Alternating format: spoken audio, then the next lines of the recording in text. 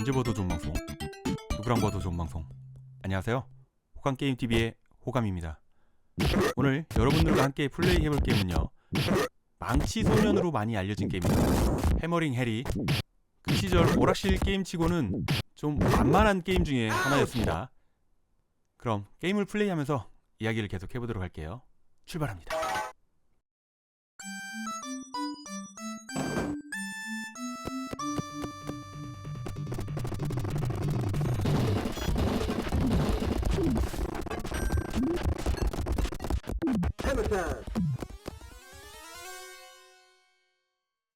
Let's get busy! 이 게임은 1990년 12월에 일본의 오락실에 등장을 한 게임이고요. IRM에서 게임을 만들었습니다.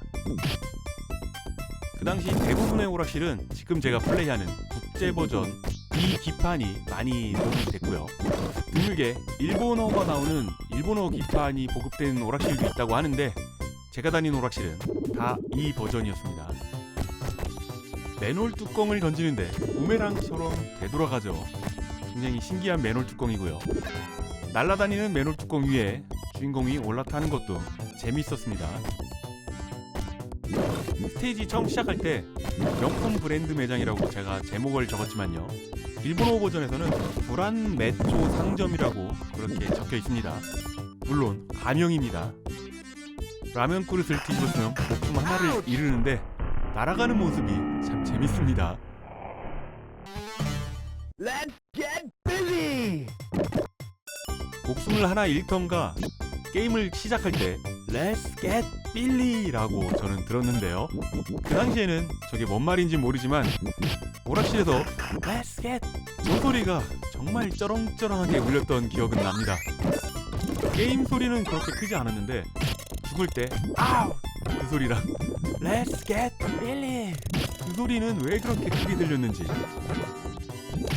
다른 게임 하다가도 이 소리가 들리면 아, 쟤 죽었구나 알 수 있었습니다. 하이스코어를 노린다면 이 부분에서 전봇대에서 나오는 전기기사 아저씨를 계속 잡으면 됩니다.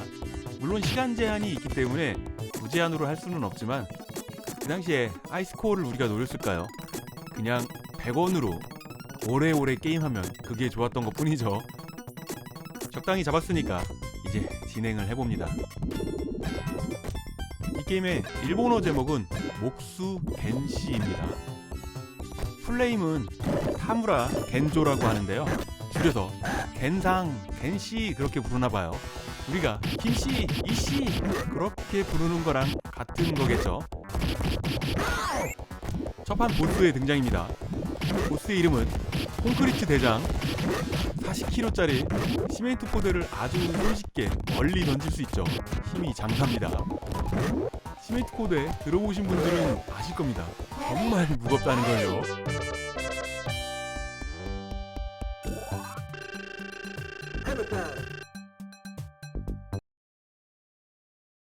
Let's get busy! 시작하자마자 왼쪽에 안전모부터 먹어줘야죠. 겐시. 이 게임 출시했을 때가 1990년입니다. 그때 겐시의 나이 설정은 1970년생이었거든요. 겐시의 나이는 이때 당시 20살이었던 겁니다. 어려 보인다고 생각은 했지만 정말로 어릴 줄은 몰랐네요. 저 칼든 아저씨 버그입니다. 이 버그 보여드리려고 이렇게 땅속에 심어놨는데요, 이제 보내드릴 때가 됐습니다. 안녕. 두 번째 스테이지 제목이 러스티네일 개발 프로젝트입니다. 러스티네일이 겐시가 다니는 회사 이름이고요. 일본어 버전에서는 두 번째 스테이지 제목이 프론티어 랜드 개발입니다.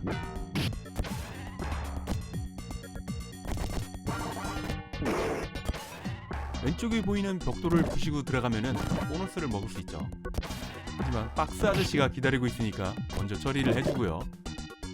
두 번째 스테이지에 보너스를 준다니 칭찬해줘야지 되는 게임입니다. 아이템이 들어있는 상자는 저렇게 연한 녹색으로 표시가 돼 있죠. 여기 상자에는 안전모가 들어있기 때문에 이렇게 안전모 한번 날린 다음에 먹어줘야죠. 그래야지 손해를 안 본 기분, 이득을 본 기분, 그렇게 느껴지죠? POW, 이 아이템은 망치가 굉장히 커지는 파워업 아이템입니다. 망치가 커지면은 점프를 뛰지 않고서도 땅에 세게 내려치면은 지진 효과가 일어나고요. 일반 망치로 때리는 것보다 2배의 파워로 타격을 합니다. 파워가 세지는 것도 좋지만 타격 범위도 넓어져서 좋고요. 망치가 방어의 기능도 있잖아요. 좀 더 넓게 방어할 수 있다는 게 좋은 겁니다. 창문을 깨고 들어와서 바닥에 함정을 만들어 놓고요. 해머드리를 스카이콩콩처럼 탑니다. 공사장 전문 용어로는 뿌레카라고 하지 않나요? 벌써 두 번째 스테이지 보스 등장을 했네요. 거대한 강철볼을 우리에게 날립니다. 보스의 이름은 아이언볼 머신. 사람이 탑승해서 공격하는 것 같진 않아요. 무인인가 봅니다.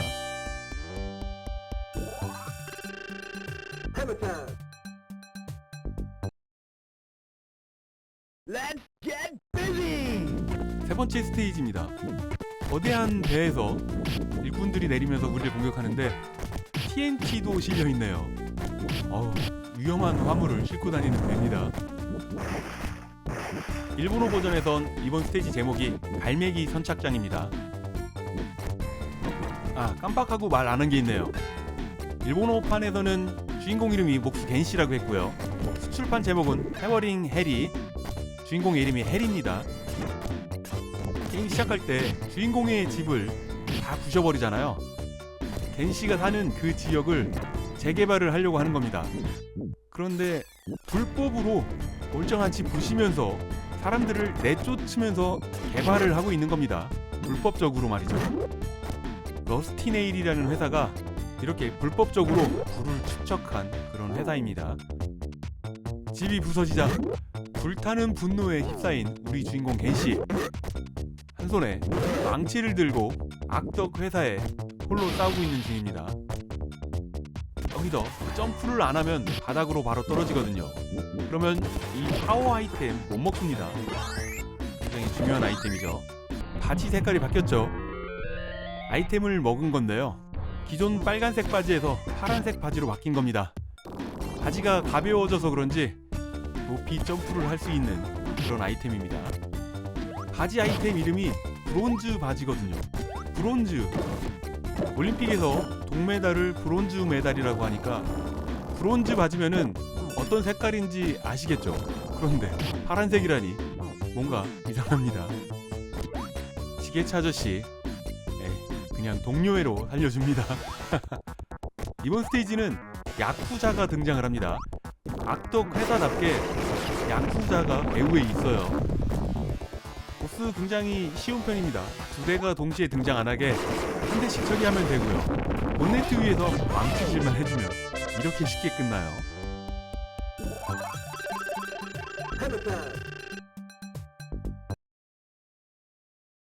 Let's get busy. 시작하자마자 입에는 담배를 물고 있고 타카로 우리를 공격을 하고 있습니다. 옷이 발사되죠. 고추 아이템입니다. 이 고추 아이템을 먹으면은 망치를 한 바퀴 돌려버리는 파워업은 아닌데 360도를 공격할 수 있는 그런 아이템이죠. 국제 버전에서는 고추가 나오는데 일본어 버전에서는 술병이 나옵니다. 매운 걸 먹으니까 후끈 날아올라서 빨개졌다고 할 수도 있지만 술 한 잔 안주로 먹고 공사 현장에서 일하는 게 이 당시에는 좀 흔했으니까 제 기준으로는 술병도 어색하지는 않아요.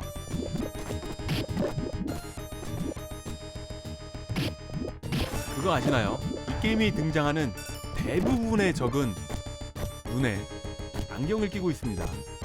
어릴 적에는 선글라스라고 생각을 했는데 지금 생각을 해보면은 보안경이겠죠. 공사 현장이니까 안전모도 꼭꼭 착용하고 나오고요. 아까 뿌레카를 타고서 함정을 설치하던 그 아저씨는 아무것도 눈에 착용하고 있지 않더라고요. 안전모도 착용하지 않았고요. 그 작업을 할 때는 안 해도 괜찮은 건가요? 이번 스테이지 이 장면을 보니까 그 시절 63 빌딩 건설 현장이라는 유튜브 영상이 갑자기 생각이 납니다. 와, 지금으로서는 정말 상상도 못할 작업 환경이죠. 안전 도구라고는 장갑 하나뿐입니다. 안전띠도 없어요. 높은 곳에서 공사할 때 안전띠를 안 하면은 얘처럼 큰일 납니다. 네 번째 스테이지 보스가 등장을 했습니다. 제 생각에는 모든 스테이지 보스 중에 여기가 제일 어려웠던 걸로 기억을 하고 있고요. 보스의 이름은 말뚝박기 기계입니다. 땅에 충격을 가하면 우리에게 충격파가 공격을 해오는데요. 부셔버릴 수 있습니다.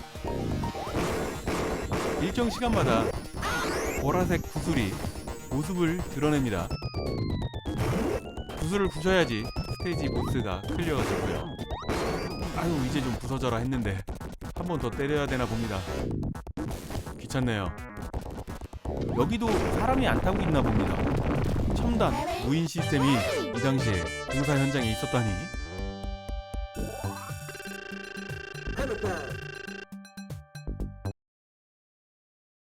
Let's get busy! 악덕 회사에서 비밀 기지를 만든다고 우리에게 알려줬지만요.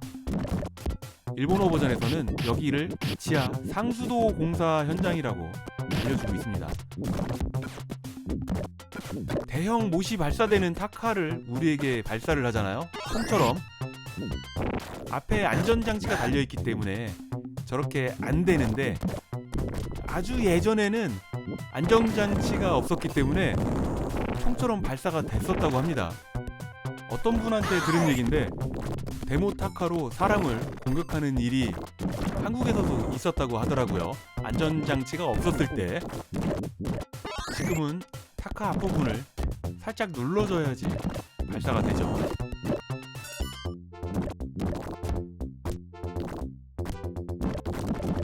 주인공 겐시의 집안은 3대째 목수일을 하고 있습니다. 7만 점에도 보너스가 한 마리가 있는데 어느 순간 10만 점이 넘었네요.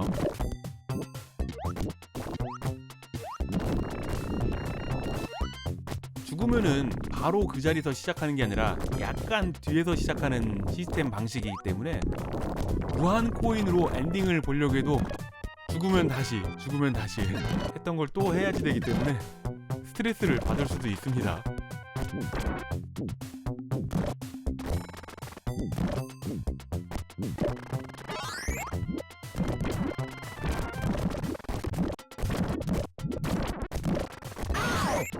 이 부분에서는 지렁이같이 생긴 파이프가 아니겠죠. 저 녀석이 굉장히 신경이 많이 쓰입니다.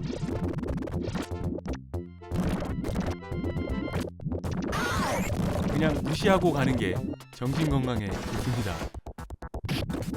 이번 스테이지에 보스 등장했습니다. 두더지 게임이 생각이 나죠. 그런데 보스마저도 두더지입니다. 머리에 뭔가를 뒤집어 쓰고 있는 걸 보니까 세뇌를 당한 거대 두더지인가 봅니다.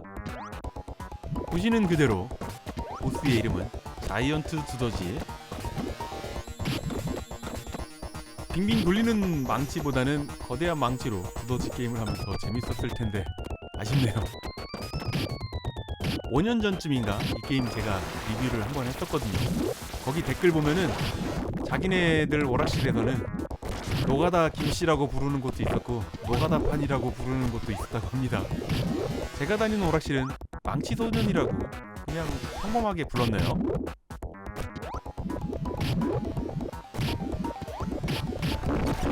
생각외로 플레이하는데 조금 오래 걸렸네요.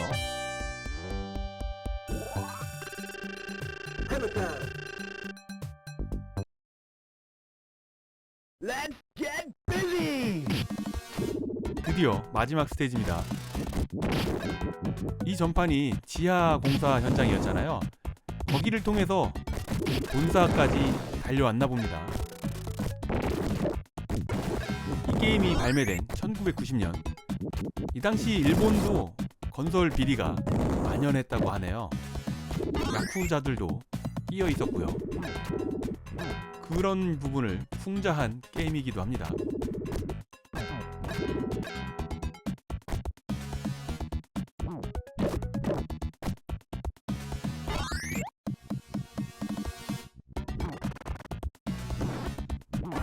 끼가 많은 지하답게 벌레도 날아다니고 있고요. 이 게임을 플레이하면은 저는 그 시절에 일요일 오전이 생각이 납니다. 디즈니 만화동산을 보고 밥을 먹는 둥 마는 둥 하고 손에 100원 뭐 없어도 오락실은 갔지만요. 100원, 200원 들고 오락실 가면은 맨날 만나는 그 멤버들 있죠. 이 게임은 고수들도 많아가지고 토요일, 일요일이면은 엔딩을 한 번씩은 봤던 기억이 있고요. 이 게임이 현역인데도 87년도에 발매된 언더보이 2라든지 보글보글도 같이 오락실에 있었습니다. 여기만 올라가면은 이제 보스를 만날 수 있는 마지막 구간입니다. 목숨이 여유가 있으니까 이 부분에서 버그 하나 보여드릴게요. 거대 망치를 공중으로 대고 흔들면은 이렇게 밑으로 내려 꽂아버립니다. 그러면은 지하 하수도 쪽으로 떨어지는데 여기서 더 이상 진행이 안 됩니다. 그럼 뭐 별 수 있나요? 목숨 하나 잃어야죠. Let's get busy. 그러면은 큰 망치가 아니고 일반 망치로 하면은 이렇게 그냥 죽는 게 정상이죠. Busy. 최종 보스전은 큰 망치로 상대를 해야지 편한데 뭐 어떻게 되겠죠. 이 아저씨도 아유 위에서 그냥 시키니까 먹고 살려고 하는 짓일 텐데 그냥 무시하고 살려줍니다. 대못 발사하는 아저씨도 동료애로 그냥 살려주고요. 이렇게 해서 최종 보스를 만났습니다. 회사의 사장이죠. 의자가 정말 좋습니다. 하늘을 날 수 있어요. 클리어하는 방법은 이렇게 구석에 있을 때 망치로 그냥 때려주면은 쉽게 클리어가 가능합니다. 위에서 돈을 뿌리네요. 돈이다! 와, 돈에 맞아도 죽습니다. Busy.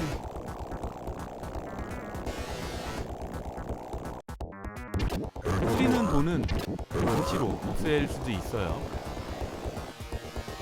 손에서 쏘는 레이저는 점프로도 피할 수 있지만 앉아서도 피할 수 있습니다. 와, 돈이다. 저도 돈 많이 벌면은 저렇게 한번 뿌려보고 싶네요. 돈 발사하는 총도 있잖아요. 그것도 마음껏 총알을 장전해서 발사해보고 싶습니다.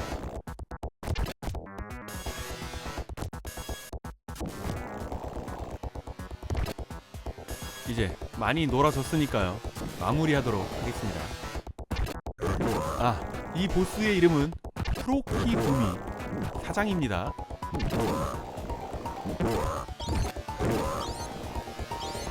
너무 놀았나? 시간도 부족하네요.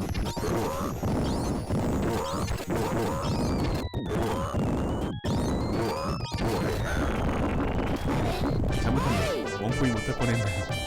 엔딩입니다.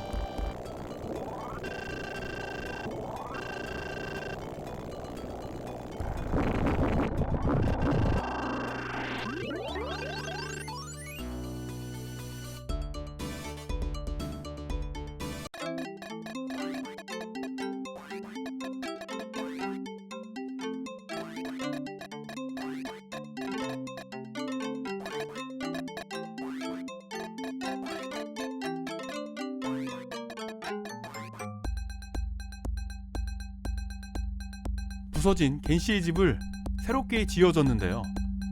전부 다 훨씬 좋습니다. 평수도 커졌고요. 이게 원래의 겐시 집이었습니다. 겐시의 아내고요. 어릴 적 소쿠 친구였다고 합니다.